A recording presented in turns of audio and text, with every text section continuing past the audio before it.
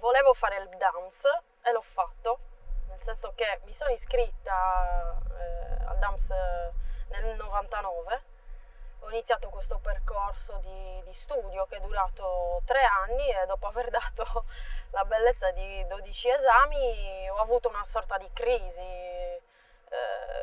perché pensavo che le prospettive non fossero buone, perché non mi sentivo io all'altezza, perché pensavo che forse lavorare fosse meglio, iniziare subito a lavorare fosse meglio e quindi un po' ho lasciato perdere lo studio.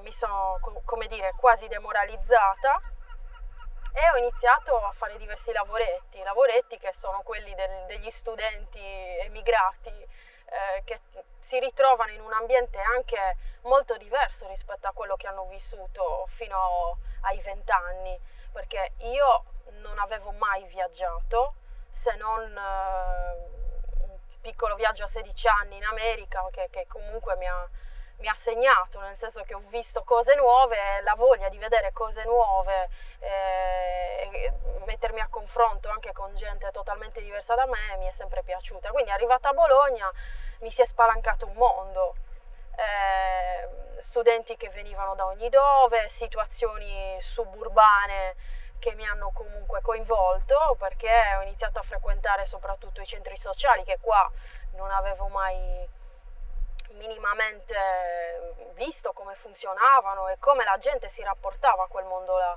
Quindi in un certo senso l'università mi sembrava un appendice da non so, non continuare.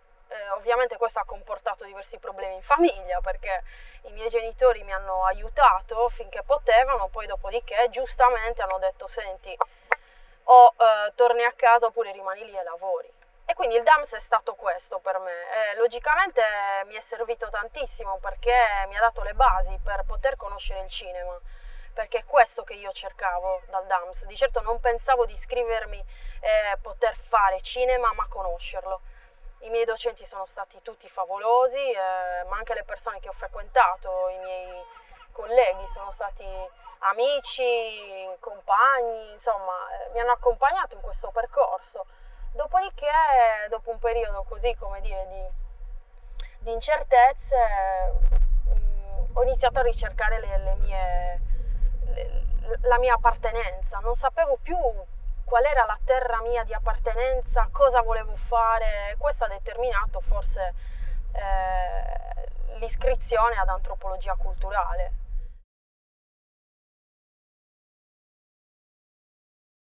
Poi mi sono iscritta ad antropologia culturale con, come dire, l'idea di poter sviluppare un discorso di approccio all'antropologia sempre in chiave filmica e quindi sviluppare magari quello che poteva essere la mia passione, ovvero l'antropologia visuale e quindi il documentario e quindi un percorso di studio che comunque mi avvicinasse alla conoscenza delle culture altre ma anche della mia, perché per me era perfettamente quasi ignota.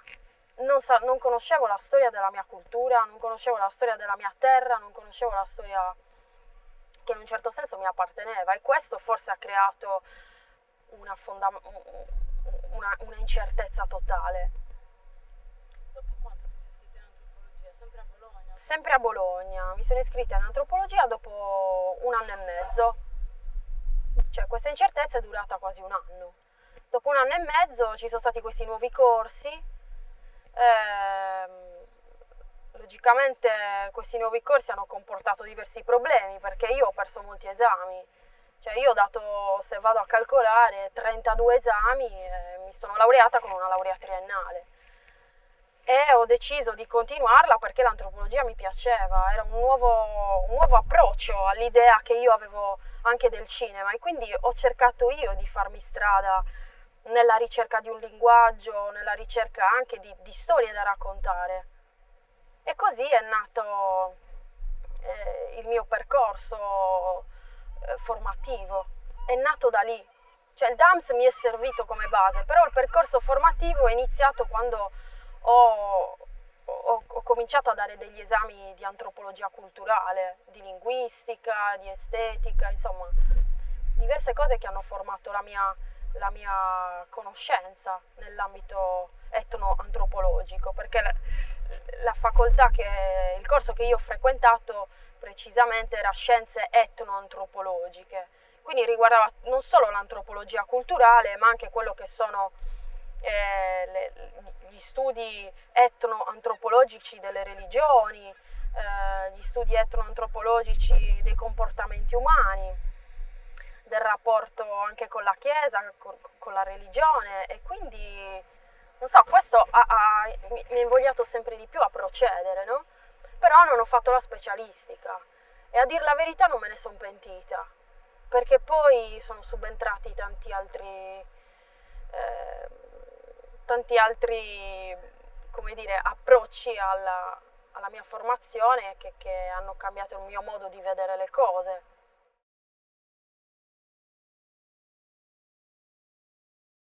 Attraverso un bando di concorso sono riuscita ad entrare all'Accademia del Cinema di Cinecittà e lì ho conosciuto altre realtà.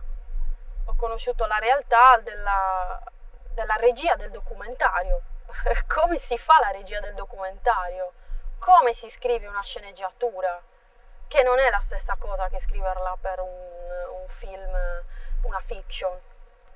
E quindi lì poi ho avuto molti contatti con persone che comunque hanno invogliato me, ma anche le persone che mi circondavano, a creare dei progetti. Cioè sono riuscita attraverso la regia del documentario a pensare anche a una produzione, perché effettivamente in Italia il problema è questo. Mi sono resa conto che per produrre un documentario o hai i soldi di famiglia oppure trovarli è veramente difficile perché non si investe, forse perché non si ha la conoscenza che si può avere in Canada di quello che è il valore del documentario. Attraverso il documentario non si raccontano solo le storie così come sono, ma si possono anche, con una serie di artifici, mettere in scena delle storie che però riprendono la realtà per quella che è. Cioè molte volte gli attori migliori ho riscontrato che sono quasi sempre quelli che incontriamo per le strade. E forse questo mi ha sempre incuriosito anche perché mio padre forse faceva questo, essendo anche lui uno che lavorava in televisione. Io lo guardavo sempre da quell'aspetto là. Sì, lavorava per una televisione locale, quindi io forse è lì che ho iniziato a scoprire un po' la passione per quello che c'è davanti alle telecamere. Poi ci sta anche mia madre era un'infermiera professionale, io passavo molto tempo in ospedale e quindi l'osservare le persone, i bambini soprattutto, perché lei lavorava in pediatria, che stavano male, secondo me ha sviluppato un modo di rapportarmi a chi ho davanti in maniera quasi di servizio, no? Cioè io fondamentalmente la telecamera, che è il mio mezzo, lo utilizzo per questo, perché mi metto a servizio di quelle storie, cioè che secondo me vanno raccontate, vanno in un certo senso tutelate.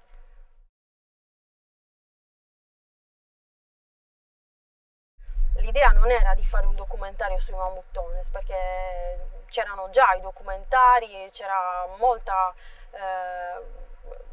molti studi, sia antropologici che storici, sulla maschera del mamuttones. Quindi la mia idea non era quella, la mia idea era solo di andare a Mamoiada e conoscere un mondo che per me era sconosciuto, perché quando si vive ad Alghero, anche a scuola, chi è dei paesi è visto come pastoraccius, cioè coloro che vengono quasi dalle montagne, no? Che hanno ancora un'idea della civiltà da conoscere, a cui non si sanno rapportare. E E questo fondamentalmente a me ha dato sempre fastidio, perché avevo delle mie compagne di banco che venivano, cosa ne so, da Ittiri, da Guardia Grande, con cui io ho sempre legato tantissimo. E questo forse mi ha invogliato a conoscere queste realtà più piccole che comunque hanno tanto da raccontare. Allora un giorno ho deciso di andare a Mamoiada, di lì è iniziato tutto. Ho conosciuto un intagliatore di maschere che si chiama Franco Sale, che per me è stato un maestro, perché io fondamentalmente con le mani, manualmente, non so realizzare niente, non so disegnare, non so suonare uno strumento, non so ricamare, insomma, non ho quella manualità che a me ha sempre appassionato. E quindi vedere Franco che intagliava le sue maschere e che poi nell'intagliare le maschere ci metteva tutta la sua passione, perché rappresenta, come dire, simbolicamente il suo essere. Lui parlava proprio di questo. Io ogni volta che indosso la maschera e sfilo con i Mammuttones divento un altro essere, appartengo a un altro tipo di rapporto con me stesso, cioè si crea con me stesso un altro tipo di rapporto, e così ho anche modo di vedere gli altri diversamente, perché li vede attraverso una maschera, attraverso una fessura che è quasi l'obiettivo della mia telecamera. Quindi io mi sono un po' immedesimata in questo suo modo di vedere le cose, e nello stesso tempo siccome ci sono stata per un periodo prolungato, ho fatto degli studi proprio per la mia tesi su questo, quindi la mia ricerca sul campo si è protratta per diverso tempo. E così nell'arco di 2 anni io ho sviluppato anche l'idea di farci il documentario, perché comunque la mia telecamerina la portavo sempre con me, non avevo una strumentazione professionale, però ho creduto che quel mezzo potesse permettermi di raccontare qualcosa. E così ho vissuto da vicino cosa vuol dire fare il Mammuttones a Mamoiada, un paese che ha avuto grandissimi problemi per quanto riguarda le faide che si sono susseguite negli anni, grandissimi omicidi, e nello stesso tempo questo mi ha incuriosito. Ho sempre cercato di capire perché questo accadeva, e forse molte volte ho toccato qualche tasto che magari ha innescato le micce che mi hanno permesso di poter raccontare la storia sia di Franco che dell'associazione Azzeni Beccoi, perché a Mamoiada appunto ci sono 2 associazioni, una è quella dell'Azzeni Beccoi e una è la Proloco, e quindi ci sono 2 sfilate. Queste 2 sfilate hanno sempre creato dei problemi. Ci sono gli socadores che non portano maschere, ci sono gli socadores che portano una maschera bianca. E questa è la storia dei Mammuttones. È dal 97 che loro continuano a fare dei convegni, che continuano a cercare di far emergere la motivazione del perché si utilizza questa maschera bianca. E questa è stata una divisione sociale che continua ancora oggi e che ha sviluppato questo discorso nel mio documentario. Io ho intervistato sia Franco che le altre persone facenti parte della Proloco, che però non volevano essere intervistate con la telecamera, quindi io ho evitato di riprenderle, ma ho raccontato la storia davanti a un caminetto che mi raccontavano loro. E quindi anche loro si sono, come dire, aperti a parlare del perché loro utilizzano la maschera bianca, e loro dicono: noi l'abbiamo sempre vista, i miei genitori l'hanno sempre portata e quindi noi ci sentiamo in dovere di continuare a portarla. Franco Sale invece mi veniva a raccontare che la maschera bianca è stata introdotta in un periodo di trasgressione, ovvero nel carnevale che tutti noi conosciamo, non durante il periodo di Sant'Antonio, che è il periodo in cui i Mammuttones il 17 gennaio escono per tradizione, non per carnevale. Il carnevale è vissuto come una trasgressione, infatti ci sono diverse maschere, non ci sono solo i Mammuttones, invece il 17 gennaio ci sono solo ed unicamente loro.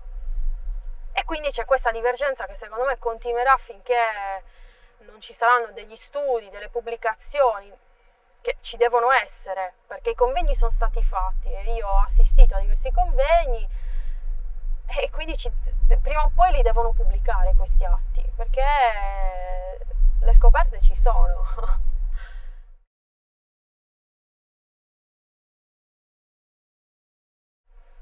ho fatto diverse cose, ho realizzato anche uno spot contro la violenza sulle donne, perché mentre io ero a Roma si è creato un gruppo di lavoro che poi sta continuando.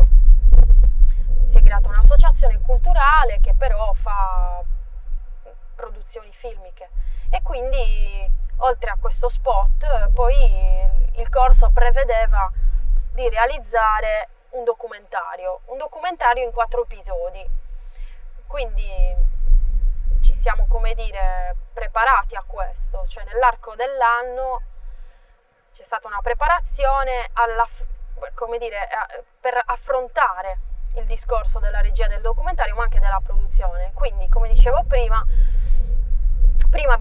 abbiamo scritto una sorta di sceneggiatura su quello che poteva essere l'idea di questo documentario e quindi realizzare un documentario che raccontasse il lavoro dei giovani. Non è stato facile perché ognuno di noi aveva una location. Io dovevo raccontare una storia su Roma, gli altri ragazzi dovevano raccontare la storia su Latina, un altro gruppo doveva raccontare la storia su Gaeta. Quindi questo è durato cioè la preparazione a questo è durato un anno. Poi effettivamente gli studi su campo, le ricerche di queste storie sono durate più di 2-3 settimane. L'unico problema è che avevamo una sola telecamera, quindi ci dovevamo alternare, anche questo ha creato dei problemi. Però ce l'abbiamo fatta. Io ho raccontato la storia di Roberta, che è una ragazza che si è occupata di riuso creativo, si è occupata perché ora continua a fare questo, ma non dove lo faceva prima. Nel senso che lei lavora ancora per l'Occhio del Riciclone, ma non più alla Città dell'Alta Economia, che sta a Testaccio, a Roma, ex Matatoio. Loro avevano una sorta di, come dire, locale dove potevano presentare i loro prodotti, sia di artigianato dell'Occhio del Riciclone, ma sia anche di artigianato di altri paesi, come della Colombia, Sud America, perché la loro idea era questa, far circolare il più possibile manufatti, opere, perché secondo me erano delle vere e proprie opere d'arte, anche se poi venivano commerciate come prodotti artigiani, però io quando le vedevo dicevo ma sono bellissime. Si andava dalle borse fatte totalmente con cinture di sicurezza e questo cosa comportava? Comportava un grandissimo lavoro che era quello di andare negli sfasciacarrozze, recuperare le cinture, cucirle, ci vogliono degli aghi particolari e poi dare sfogo alla creatività. Ti posso assicurare che erano delle borse fantastiche, solo che le dovevano vendere a un prezzo altissimo perché pagavano il 20% di IVA su tutte le opere. E questo comportava ovviamente un rialzo dei costi, perché erano considerati degli artigiani, quando invece loro facevano anche un'opera di riciclo. E quindi Roberta mi ha raccontato questo, ma nello stesso tempo mi ha incuriosito perché lei di questo faceva la sua filosofia di vita, perché ha occupato una casa dove lei abita. Questa casa, attraverso diversi progetti, le ha permesso di mandare avanti, diciamo, un'idea di riuso delle case disabitate e quindi dare possibilità anche a coloro che in quel momento vivevano una situazione disagiata per mancanza di casa di poter avere un appartamento. Ora sono diventate delle case popolari e quindi insomma Roberta ha fatto di questo suo lavoro anche una filosofia di vita e per me è stato interessante proprio questo aspetto. Il mio episodio dura 15 minuti, ma io di Roberta ho circa 13 ore, 20 ore di girato, quindi davvero un giorno l'idea è quella di sviluppare meglio il racconto di Roberta, della sua vita.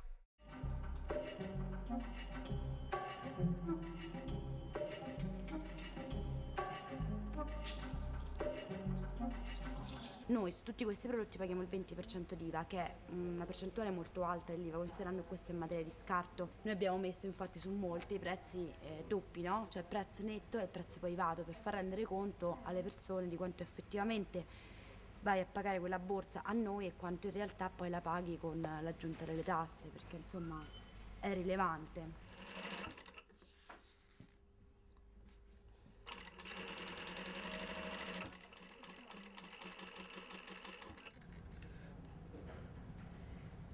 E questo è realizzato con dei pezzi, come vedi, anzi qua ne sono venuti pure qualcuno in più, insomma, perché quando già ne riusciamo a fare 5-6 uguali già ci sembra tanto. Perché ne so, una maglietta, un vestito, tutto realizzato con sfridi, cioè praticamente questi sono una parte della nostra produzione, chiaramente. Tu devi immaginare che tutti questi vestiti, se non ci fossero, tutta questa stoffa sarebbe andata a finire in discarica. Io frequentavo l'ex mattatoio perché mi piaceva la città dell'altra economia, quindi sapevo che era un luogo che un po' in un certo senso si avvicina alla mia idea di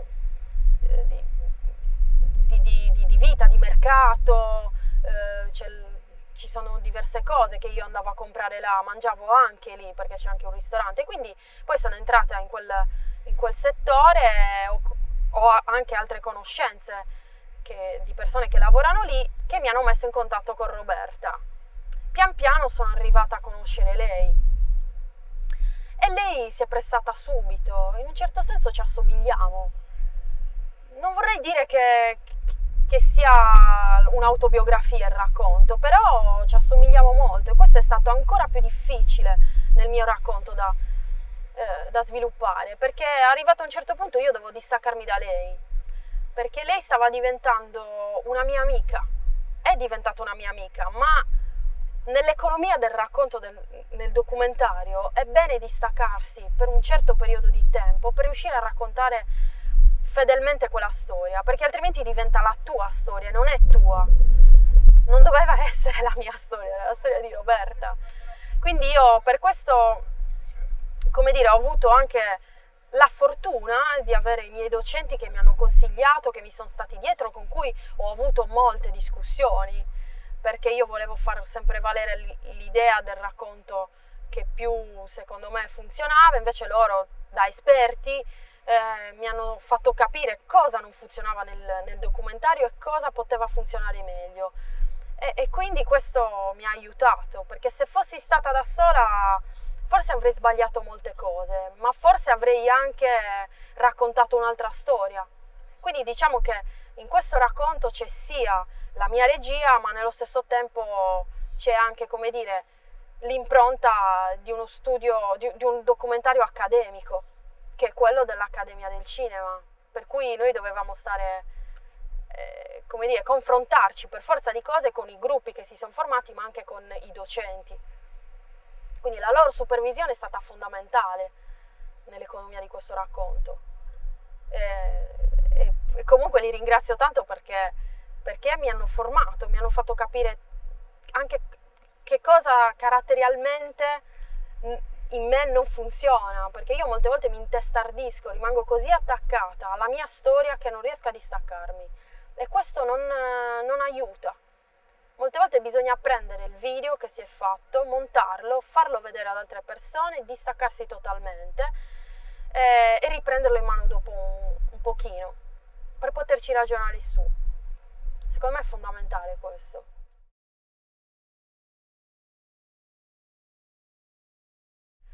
Dunque io sto sviluppando una serie di progetti. Un progetto è rimasto ancora nel cassetto da circa 6 anni, sono passati, è ancora nel cassetto e spero di poterlo sviluppare. È un documentario che io ho iniziato quando sono andata in Kabilia, che è una regione del Nord Africa, e ho deciso di raccontare la storia dei berberi, della lingua berbera, di come vive il popolo berbero. E come sono riuscita a fare questo? Attraverso un incontro fortuito che io ho fatto con un docente dell'Università Bicocca di Milano che si chiama Vermondo Brugnatelli, e ho deciso di partecipare a un viaggio che il loro corso prevedeva e con la mia telecamera ho deciso di seguirli. Premetto che io non conoscevo nessuno, ho soltanto deciso di fare questo viaggio per conoscere i berberi, per conoscere quello che si viveva là e come si viveva là e come si vive ancora. Quindi nel 2006 siamo partiti e siamo arrivati lì che non avevamo un'abitazione fissa, perché comunque c'erano dei problemi da affrontare, che erano quelli del pericolo del terrorismo, delle bombe che saltavano ogni dove. Infatti questo si è verificato proprio quando noi stavamo per ripartire.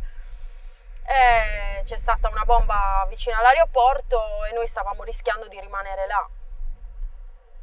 Ci siamo tutti spaventati, ma la cosa principale che io ho portato a casa è questo documento. Ho intervistato Ferhat, che è uno degli esponenti di massimo rilievo che c'è nel movimento per l'autonomia della Kabilia. Poi ho intervistato diverse persone che si occupano di musica, perché la musica è l'unico mezzo che loro hanno per attuare una lotta nei confronti del regime.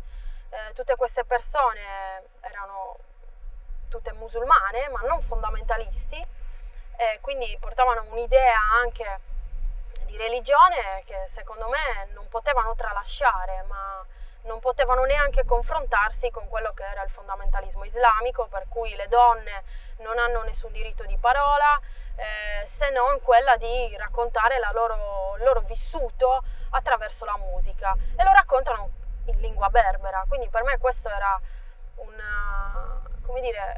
grandissimo esempio di coraggio, perché tutti quelli che fanno questo al giorno d'oggi ancora, forse ancora dell'Algeria non se ne parla in questi termini, ma capiterà molto presto, visto e considerato tutte le lotte rivoluzionarie che ci sono state finora nel Nord Africa.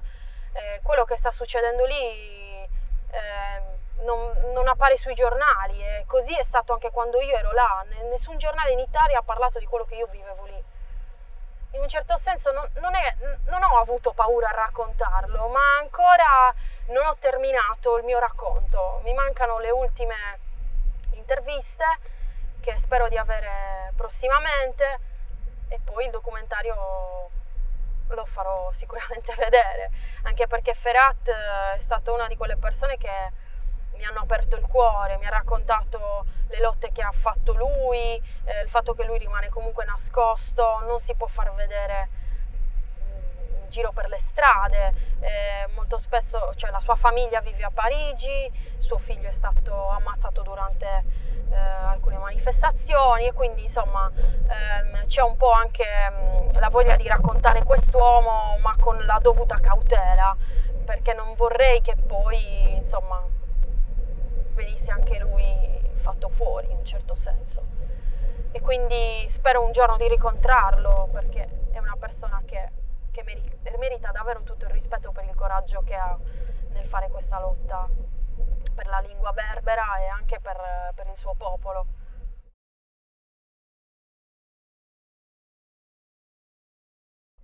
Poi un altro documentario che sto sviluppando è il racconto di Roberta, di Sara.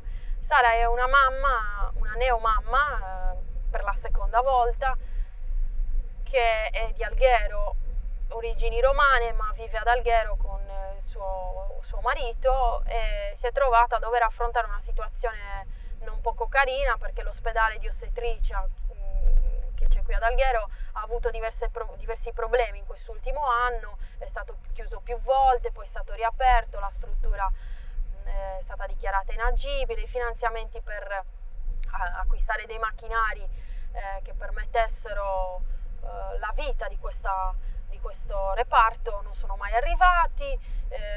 Da poco ho avuto notizia che il reparto ha ricominciato a funzionare, e Sara racconta la sua esperienza nelle manifestazioni che lei ha seguito, perché ci sono state diversi sit-in, diverse manifestazioni perché il reparto continuasse a rimanere agibile.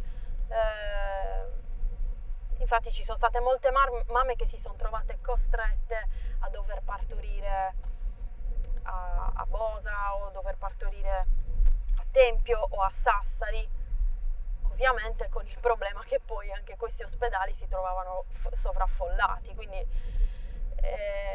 ci tengo a precisare che essere mamma non è una malattia, non deve essere vissuta come ospedalizzata e vissuta come come dire, una malattia, cioè la mamma non deve arrivare in ospedale e non sapere quale sarà il suo percorso, perché il travaglio può essere lungo come può essere anche breve. Quindi se non c'è una struttura adeguata che accolga la mamma in questa maniera, nella maniera più consona a quel tipo di servizio che deve essere garantito, perché è un diritto non solo della mamma ma anche del bambino, ed è per questo che ho deciso di raccontare questa storia. Però ancora, insomma, è un work in progress, prima o poi lo terminerò.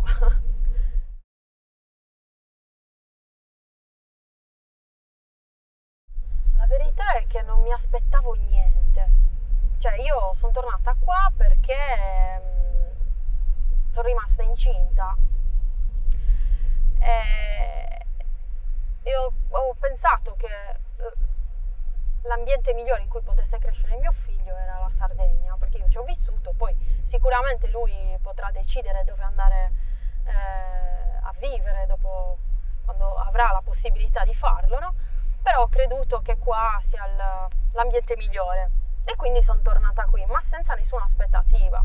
Cioè la mia idea era quella sì di continuare a fare i miei lavori, però cercando anche di lavorare su altro, come dire, anche fare la cameriera, fare qualsiasi tipo di lavoro che mi potesse dare un minimo di sostentamento, perché è vero che il cinema, il documentario non ti danno la possibilità di avere un contratto, di poter mantenere i tuoi figli e di poter vivere serenamente con uno stipendio. Forse questo è un momento sì di crisi, ok, tutti lo sappiamo, però la crisi si affronta, ci sono state crisi peggiori, questa non è quella peggiore secondo il mio punto di vista, e che forse per i giovani non si sta facendo molto, cioè bisogna inventarselo il lavoro e quindi io cerco sempre di inventarlo.